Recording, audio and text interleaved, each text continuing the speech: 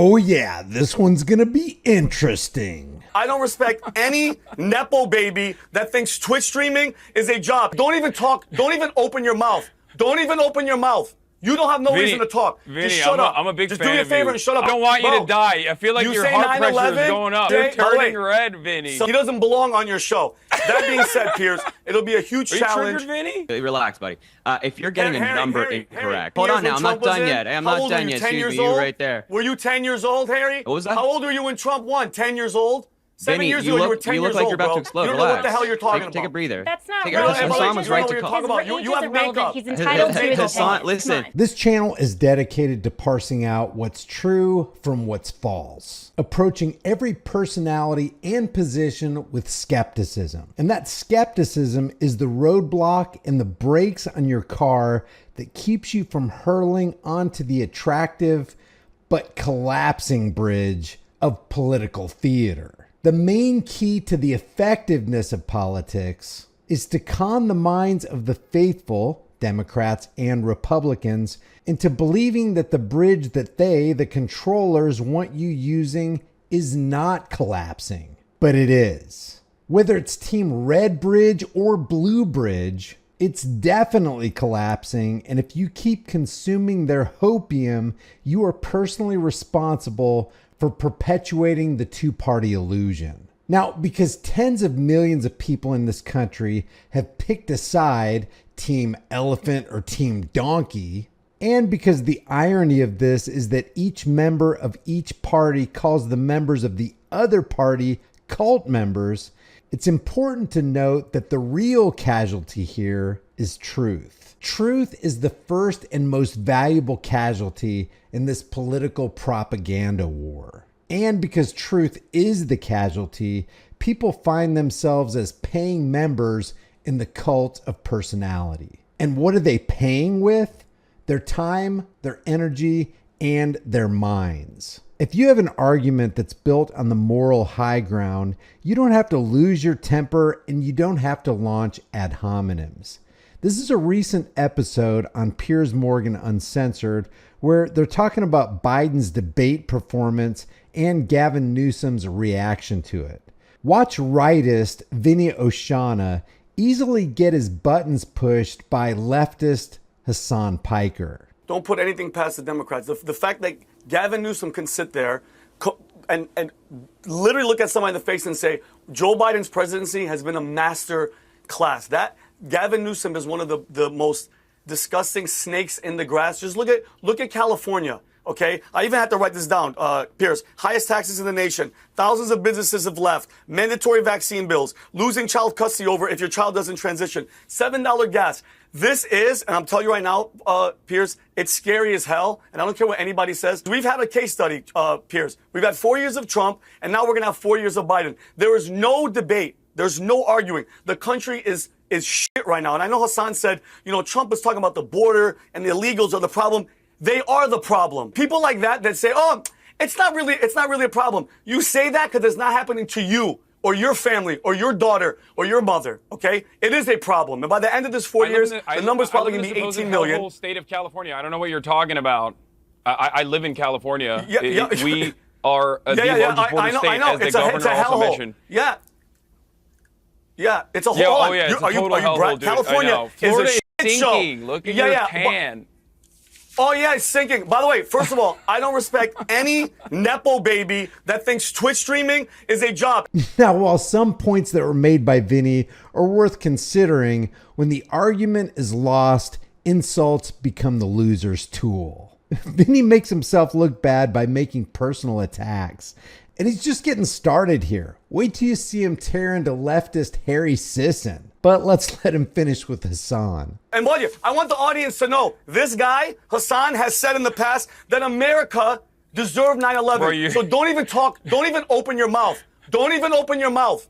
You don't have no Vinny, reason to talk. Vinny, Just shut up. I'm a big Just fan do me a of favor you. and shut up. I'm Respectfully. a big fan of you. And, okay, and but hold on. I'm a big fan of you, so I don't want you to die. I feel like your heart pressure is going up. You're turning red, Vinny. Somebody like you to say America deserved 9/11, Hassan, you shouldn't be on this panel. I'm sorry for my language, Piers. He doesn't belong on your show. That being said, Piers, it'll be a huge challenge. Triggered, Vinny? Huge challenge for Democrats. Should we invoke Donald Trump right now and say, let's not be children? Yeah, I think that's a very good call, Jenna. Yeah, I think we'll try and keep things. Let's get back to the. Do you know what was interesting? What was interesting? Well, hang on. Vinny's a regular contributor on Patrick Bet-David's podcast, and he appears unable to control his emotions. Now, every one of these panelists claims a seat at the political spectrum table. But the curious thing is how easily these people refuse to keep the conversation on the topic. And they don't even talk about real things for the most part, ever. Hassan initially claimed that he didn't know what the hell Vinny was talking about, but then he says this later. I don't like Gavin Newsom at all. I think he has a lot of weaknesses. I think he's horrible. He's done an abysmal job refusing to fix the housing crisis in California that's obviously contributing to the homelessness crisis, so that, guys like Vinny can complain about how much of a shithole California is, or whatever people talk about. Like, that would stick on a national level on Gavin Newsom. Don't turn the rest of the country into California would be the attitude. Then we have popular media personality Harry Sisson, who's completely in the tank for Biden and thinks Biden won the debate. Harry, you think Biden won last night? One person. Yeah, no, I did, definitely. On the substance of the conversation, Biden won. His policy was pragmatic, it was logical, and Donald Trump just lied the entire time. Is incapable of telling the truth, is incapable of actually laying out policy. He didn't talk about how he's going to make the American people's lives better. He just, said that, January 6th didn't happen. He talked about the election. He said that overturning Roe is a great thing and forcing 10-year-old girls to give birth is a fantastic thing. That was Donald Trump's debate. So on the substance of the conversation, Joe Biden absolutely prevailed. Right, but the problem you've got is I saw the CNN fact checkers on Joe Biden's public statements last night, and it was just untruth after untruth after untruth. So Harry's main point is that Trump lied a lot. No kidding. But then when Piers Morgan exposes the fact that Biden lied a lot too, Harry says this. Oh, I'm not sitting here telling you that Joe Biden tells the truth every single time he speaks, or that he gets every single number right and every single statistic right. He gets most of them wrong. That's not true. To compare Joe Biden's lies to Donald Trump's lies is laughable. Trump told over 30,000 lies during his presidency, averaging around 20 a day, and he showed that last night when he lied about every single thing he talked about. Lying doesn't win debates. Actually, lying does win debates. Even leftist media declared Trump to be the winner of this one. All politicians lie at all times in all debates. That's just what politicians do. We all know this. So to take the side of a politician is to take the side of a liar. And that's what the two-party system wants you to do. Take the side of their liar. Now, Vinny's going to jump in and attack this kid, not because of policy, not because he thinks he's wrong and he's got a better argument, but because of his age. Listen, I'm not denying that Trump made a series of untrue statements. He does that. He barrels through and hopes that the big messages about the border and so on kick home, and they probably do, actually, with many Americans. But if Biden's going to play the lying card as a pro-Biden thing against Trump, he's got to tell the truth and get his numbers right. Yeah, but Piers, let's be real here. Like, if you're lying, did you see the one where he said one sec, Vinny, you look like a... Relax, buddy. If you're getting a number incorrect, right? If you're getting a number incorrect, that's like a very small 7 years ago, hold on now, I'm not done yet. I'm not done yet. Excuse me, you right there. Were you 10 years old, Harry? What was that? How old were you when Trump won? 10 years old? 7 Vinny, years ago, you were 10 years old, you look like you're about to explode. You don't know what the hell you're talking about. Take a breather. That's not Hassan was right to call. You have makeup. He's entitled to his Hassan, listen, I know Hassan's a big fan of mine. He was right to call you out for looking like you're about to explode. It's okay, no problem here. Yeah, you were 10 years old when Trump won. You have to level. Get him, Harry.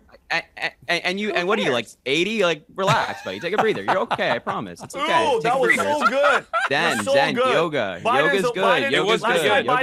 Can I just say, it doesn't. I don't actually care how old either of you are. Let's get back to the real reality, which is I care about the age of the president because he looks like he's 180. There's absolutely no doubt that Harry's in the tank for corrupt Democrats, just like Vinny's in the tank for corrupt politicians on the right. Here's a big reason why both Harry and Vinny are playing into the international banking clown show. What threat to democracy? Why didn't he do and burn the country down when he was the president? Why? Why didn't he? All that Putin stuff, all that BS. It's all these Democrats. You guys all have Stockholm syndrome, okay? You guys have all fallen in love with your abuser, and the abuser is the Democratic Party. They don't give a shit about you. They don't care. They don't care. Wheel out whoever you want. It's going to be the same policies. Everything that's happening right now is going to keep happening. What's going to change? You had Harry come on here. The kid, what was he, 10 years old?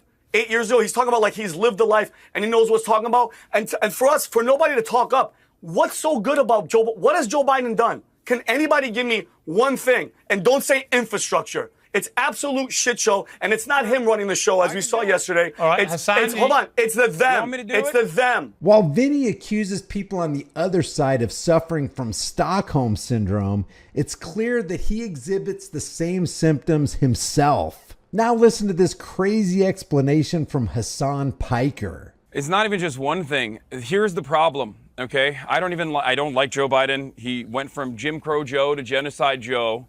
And he is a monstrous person for the most part, as are many American presidents. Having said that, however, one of the key factors here is that the administration is competent. He admits that Biden is monstrous, as are most presidents, but at least the monster's administration is competent. And I agree, they are competent. They're competent to make more laws that cost Americans more money and put more rights on the chopping block. People are just not willing to be honest about what's actually going on and deal with real issues. They can't even be honest about what their own president sent out in writing on the internet that can be reviewed by everyone. This is another young leftist named Luke Beasley who completely buys into the Democrat circus. But watch how Vivek Ramaswamy can't even be honest with this kid when confronted with the truth of what Trump actually said on Truth Social. One of the attacks against Trump is commonly he wouldn't uphold the Constitution. What's your response to that? My response to that is that's a lot of projection from the people who are making the accusations. Does it bother you that he called for the termination of the Constitution?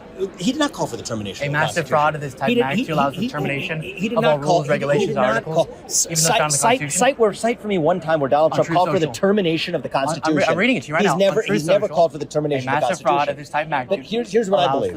I'm going to answer this question before I go to the next interview. I'll try to cite for you. Well, what I do believe is there's the projection of the people who do call for the termination of the Constitution and their behaviors want to take the decisions away from the voters. And never in American history have we seen the wielding of prosecutorial power to try to eliminate a candidate in the middle of an election while you had extrajudicial means of removing them from the ballot. But I do want to start with. Question before you head out. Are there any policies on And then it moves on, and I say goodbye to Vivek Ramaswamy. Yeah, Beasley is also a part of the problem. But truth is truth, no matter who says it. Trump did say, and I quote, "A massive fraud of this type and magnitude allows for the termination of all rules, regulations, and articles, even those found in the Constitution." Anybody who's talking about terminating the Constitution is talking about getting rid of every last vestige of the rights that we even have left. A suspension of the Constitution is a welcoming of martial law. The reason neither the left nor the right can be honest in conversation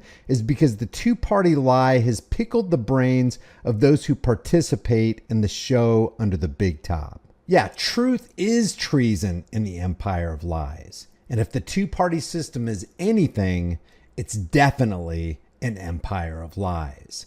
Leave your thoughts about this in the comments below. If you haven't done so already, subscribe to this channel for more content like this.